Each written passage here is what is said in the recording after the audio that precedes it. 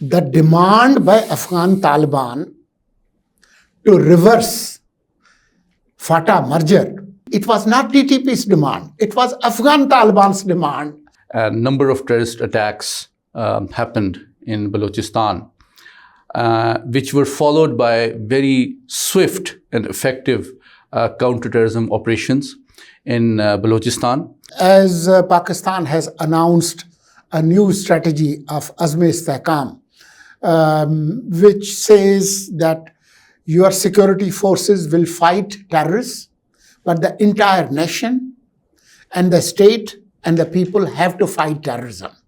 So this fight cannot be won just by the kinetic actions. Neither TTP nor Baloch terrorists recognize the state of Pakistan. For that, they are employing all terrorist actions, including killing innocent civilians. The counter-terrorism effort of the government and state are getting the desired political support that they deserve and expect? Sadly, no. The biggest party, PTI, is openly pro-Taliban. During their stint in power, they were willing to open offices for them. They declared that.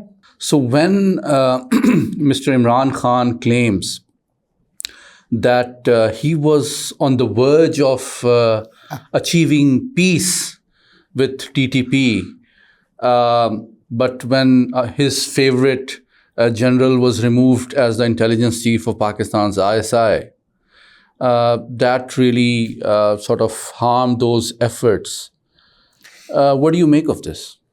Even in incarceration, Mr. Imran Khan never loses an opportunity to amaze and entertain us with the fictions that he creates almost on a daily basis.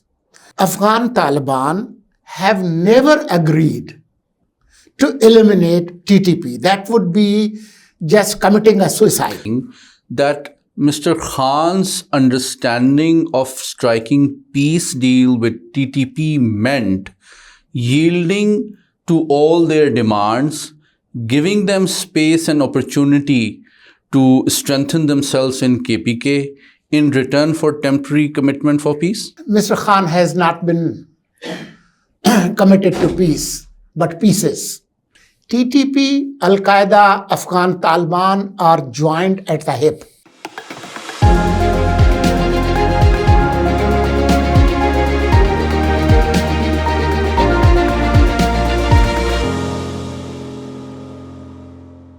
Viewers, very warm welcome to another episode of The Weekend.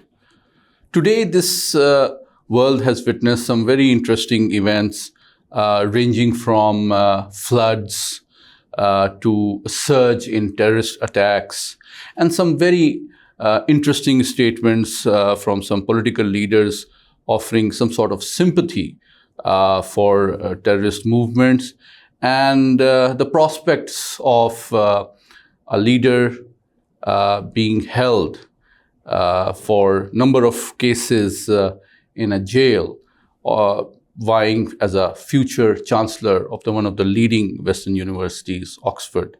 So we'll discuss all these three issues today.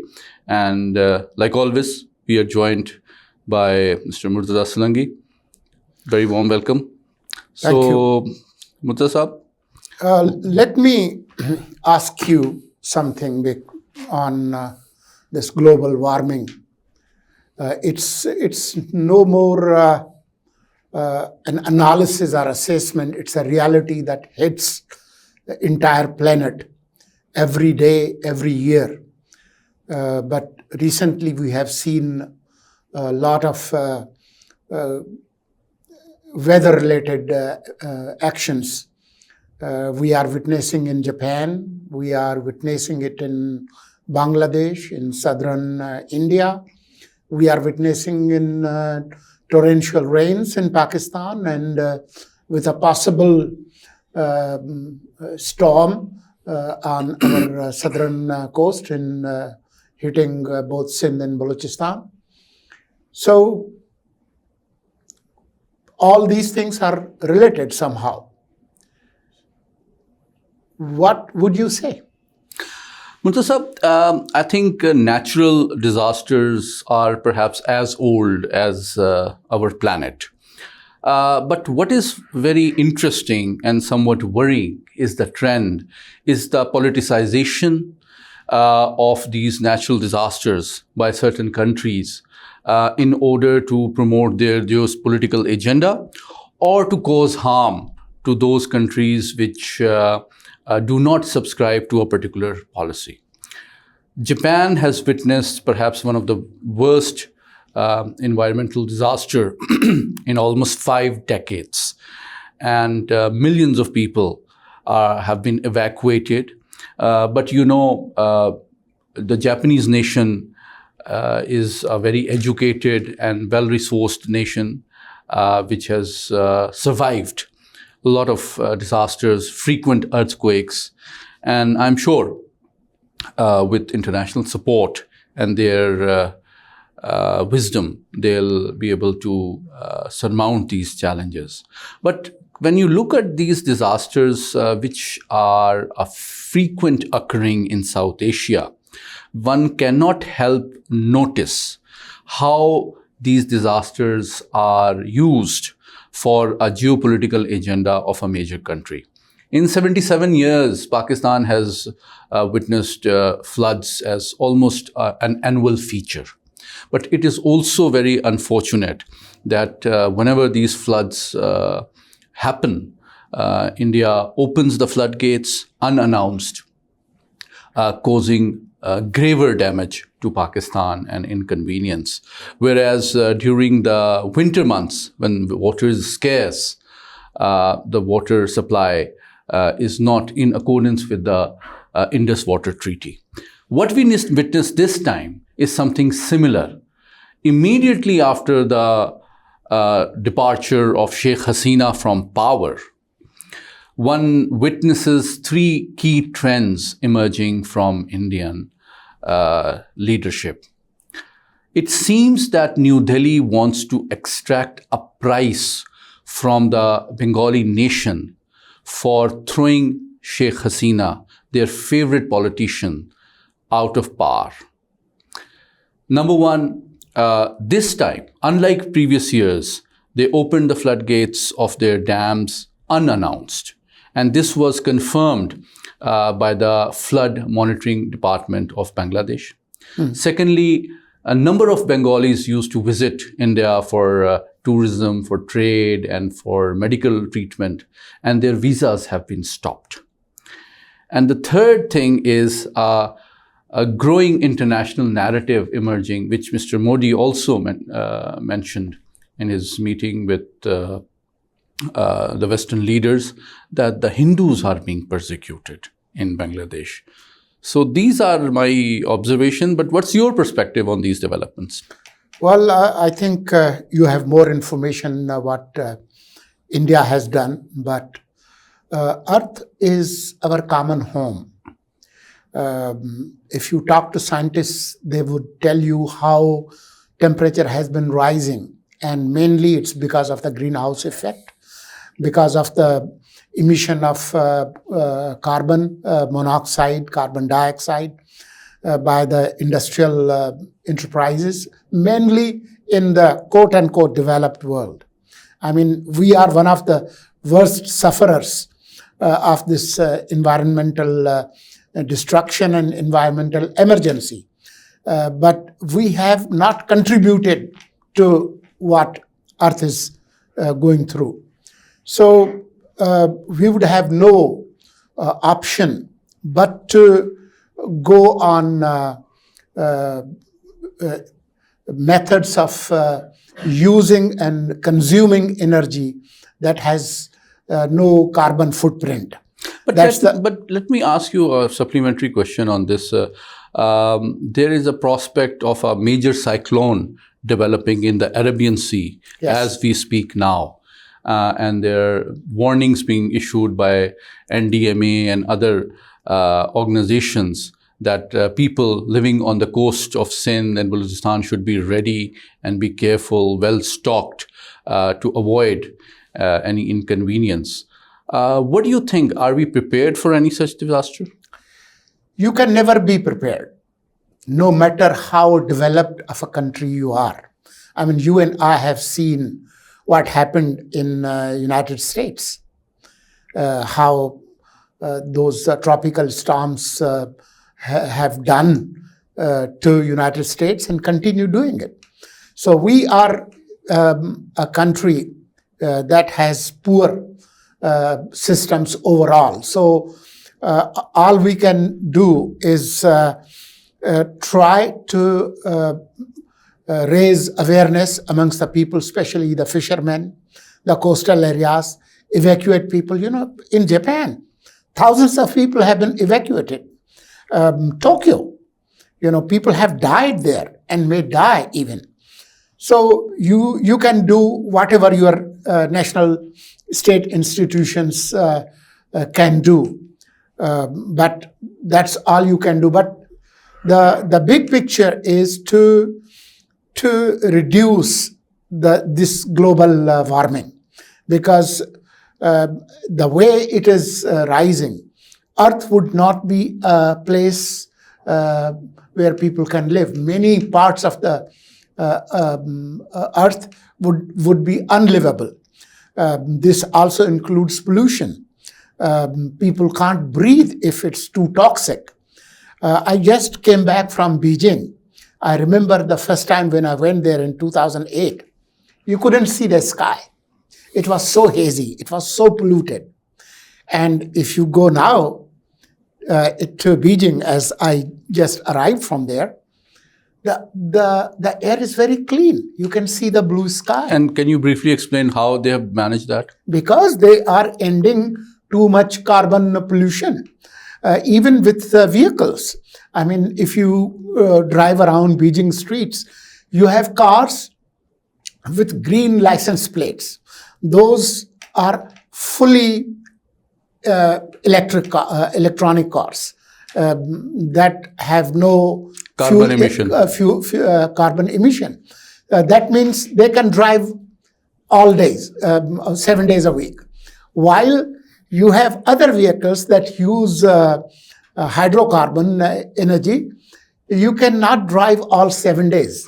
So you have to limit them. Let me add a very interesting thought on that very important information that you shared. In some European countries, the taxation on the use of roads is determined not in accordance with the engine power or car size, but in terms of how much carbon that car is producing. Correct. So those cars which are gas guzzlers and produce greater carbon emission are taxed heavier, and there are tax incentives given to those cars which are either hybrid or fully electric.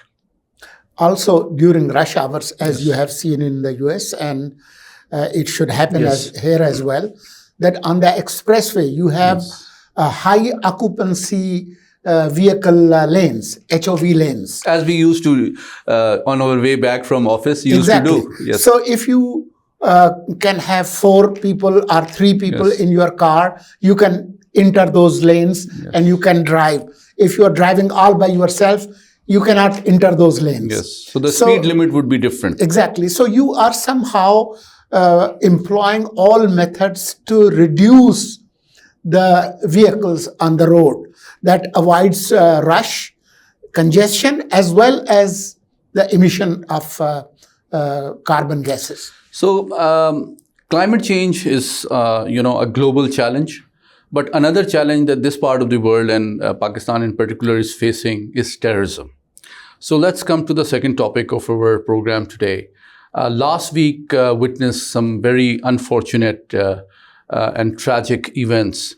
A number of terrorist attacks happened in Balochistan, which were followed by very swift and effective counterterrorism operations in Balochistan, which led to the death of 21 terrorists in Balochistan and several in KPK. What do you make of that? What's the cause of this surge in terrorist attacks in Pakistan? Well, You have more grip on the security issues because you talk about those issues almost on a daily basis. I'm sure the kinetic actions taken by the armed forces of Pakistan would be a good blow to those terrorists. And not only in Balochistan, elsewhere as well. As Pakistan has announced a new strategy of Azm-e-Istehkam, which says that your security forces will fight terrorists, but the entire nation and the state and the people have to fight terrorism. So this fight cannot be won just by the kinetic actions. That's one thing. It's very important to fight terrorists. That doesn't mean to belittle the importance of fighting those counterterrorism operations. But in collaboration, along with those kinetic operations, you have to employ other things. Number one is win hearts and minds of the people. Push an economic development agenda. Push political empowerment agenda. Push reconciliation agenda. You have to have all those actions in tandem. It's just like an orchestra with every instrument playing on its time and all taken together create that wonderful piece of music. So defeating terrorism is very complex. It's very sad and unfortunate what has happened. And we know that there are a lot of regional and global powers also affiliated with this game, including Afghanistan, especially after August 15, 2021. Much against the hopes and aspirations of some of the security analysts who kept giving us this lollipop that soon after Afghan Taliban takeover in Kabul, it will be all hunky-dory, all our Western border issues will disappear.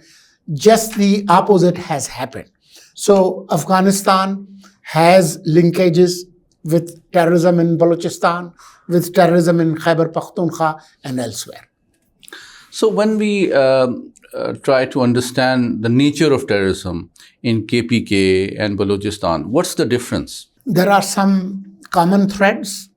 Both do not accept the monopoly of the state power. Neither TTP nor Baloch terrorists recognize the state of Pakistan and its monopoly over the use of force. So that's something common.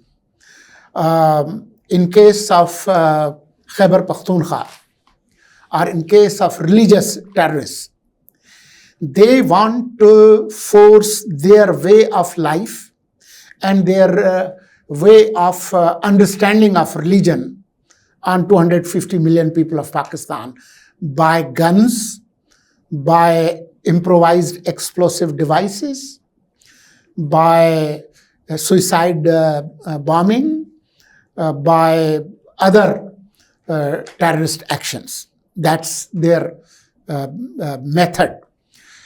In case of Balochistan, the Baloch terrorists do not want to impose their way of life on entire Pakistan. They just want to secede and separate. They want other cultures to leave Balochistan. And so they have a defensive approach. And they want to break away the province of Balochistan from Pakistan. So for that, they are employing all terrorist actions, including killing innocent civilians. But both have linkages regionally.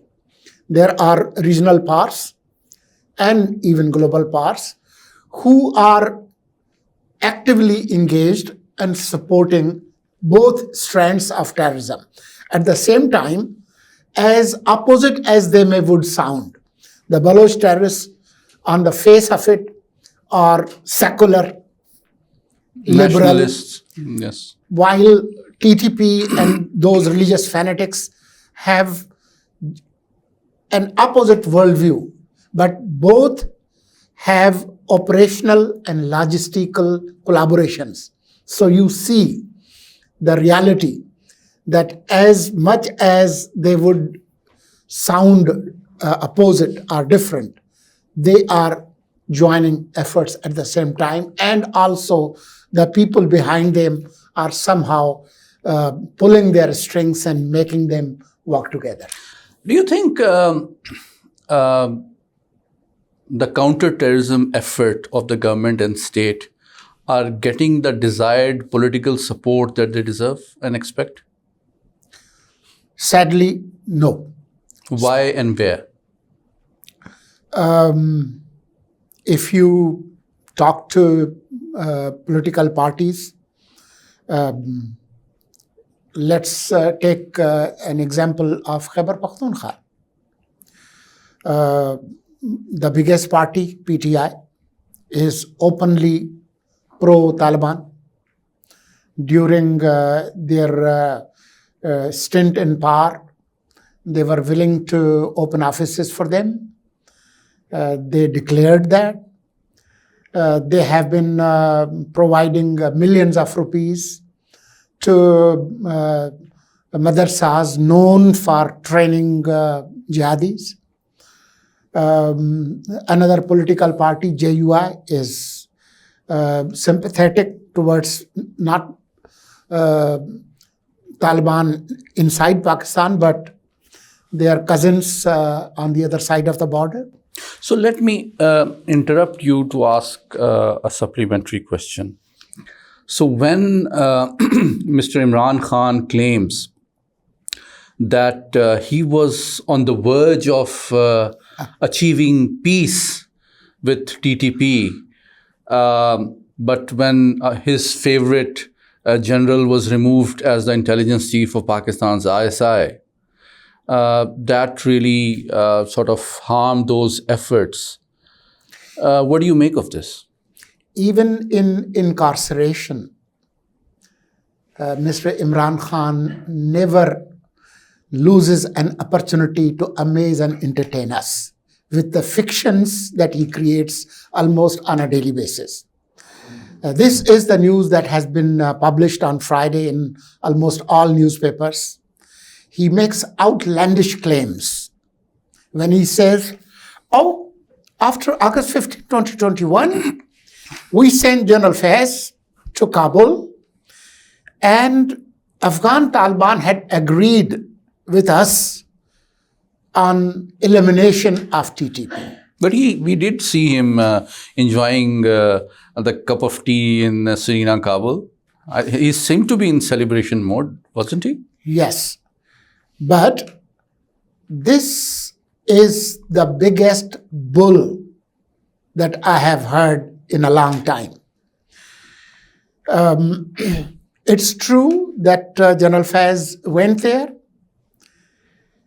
but Pakistani negotiators did not talk to Afghan Taliban government. Afghan Taliban only facilitated negotiations with TTP leaders who had sought refuge in Afghanistan. And Afghan Taliban have never agreed to eliminate TTP. That would be just committing a suicide. Let me ask you another question. So when the then Prime Minister of Pakistan, Mr. Imran Khan, sends his intelligence chief to Kabul, and he claims that he was hopeful for a peace deal with TTP, his main prong of that strategy was not just to send General Faiz to Kabul, but he was in the last 20 years also shaping the environment in a manner that they were tolerated and there was some sort of sympathy for the TTP and Taliban worldview? Well, that's very much there, but let's go to the facts. I have talked to people who were close to the negotiators at that time. and I have had the access to see some of those talking points discussed between Pakistani negotiators and Afghan Taliban and TTP. The demands of Afghan Taliban and TTP was to resettle those thousands of militants back in Pakistan, and not only do that, but provide compensation to their families. And the last and not the least, the most damaging thing was that the team led by General Faiz agreed to Afghan Taliban that we will go back on 25th Amendment, declaring tribal areas part of Pakistan. The merger of tribal regions into the province of Khyber Pakhtunkhwa, they agreed to reverse that. And they had actually filed a petition in Supreme Court challenging that 25th Amendment. So that was the most damaging thing. Instead of what Mr. Khan has claimed that Afghan Taliban had agreed to eliminate TTP, far from that. It was a plan of not only strengthening and rehabilitating TTP within Pakistan, but the most dangerous thing was reversing the merger of FATA. So are you saying that Mr. Khan's understanding of striking peace deal with TTP meant yielding to all their demands, giving them space and opportunity to strengthen themselves in KPK in return for temporary commitment for peace? Mr. Khan has not been committed to peace, but pieces.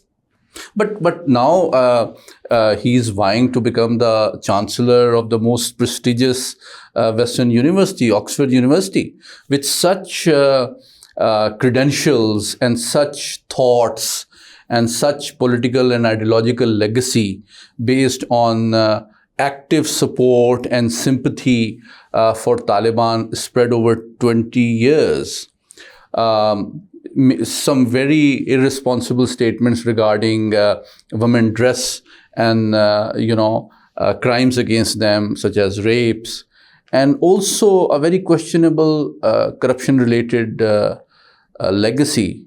Do you think why Oxford University could not come up with anybody who has a less exciting background to lead them for the next 10 years? I'll come to Oxford, but let me share an important piece of information about these talks with Afghan Taliban. The demand by Afghan Taliban to reverse FATA merger was not shared by TTP. It was not TTP's demand. It was Afghan Taliban's demand that you, on the other side of Durand line, reverse a constitutional amendment. And Mr. Khan and his team accepting to this demand by reneging and violating your own national sovereignty. Are you saying that Afghan Taliban demanded that Pakistan violates its own sovereignty and territorial integrity by reviewing, reversing the FATA merger because it suited TTP? What other evidence do you need that basically TTP and Afghan Taliban are two sides of the same coin? It gets more interesting. Not only that Afghan Taliban wanted the reversal of FATA merger, but lo and behold, if you try to investigate, I found out something more interesting and more heinous. Afghan Taliban made that demand partly on their behalf and partly on behalf of who? Al-Qaeda. Al-Qaeda wanted and region, an area which is ungoverned. So whenever they want to launch any global terrorist attacks, it's not strictly under the state control of Pakistan, because they have been using this area against many countries, including US and Europe. And this particular disclosure that you've just mentioned is reinforced by the recent UN report, which has said that Daesh, Al-Qaeda and TTP Correct. are heavily entrenched in the rank and file of Afghan Taliban and have deep penetration within sensitive ministries like Interior Ministry and their intelligence department. TTP, Al-Qaeda, Afghan Taliban are joined at the hip. They have always been organically connected. But interestingly, why Afghan Taliban agreed to this? I already explained to you why Al-Qaeda wanted reversal of FATA merger. Afghan Taliban wanted this, keeping in view if someday there is a repeat of post 9/11 actions. Any global power or a conglomerate of global power pushes them out of Kabul again. They have some breathing space. They need breathing space. Yes, they need a buffer zone, a playground where they can play. So there is a nexus of Al-Qaeda and TTP and Afghan Taliban. So that is the story which has not come to the limelight. This is how the real essence of those negotiations was. Now, to flip it around and Mr. Khan telling us that, we had almost finished the TTP problem is nothing but BS. Let me just tell No, this but this to is a very interesting explanation that you gave. And exactly when the US and British forces were sacrificing their men and women fighting Taliban in Afghanistan, Mr. Khan was building his political career by trying to justify and glorify the ideology and way of life of Afghanistan. Fast forward, today he is one of the prime candidates to become the Chancellor of Oxford University, which is sort of the cradle of Western civilization and Western worldview and liberal paradigm. If elected, I'm not sure if he will be. If elected, I'll tell Brits, well, you deserve that. Mr. Murtaza Solangi, thank you so much for joining us and sharing such insightful disclosures and analysis on some of the most important and interesting events that the world and this part of the world has been witnessing. Viewers, thank you so much for joining us today. Keep watching The Weekend for more interesting and informative discourse like this. Thank you.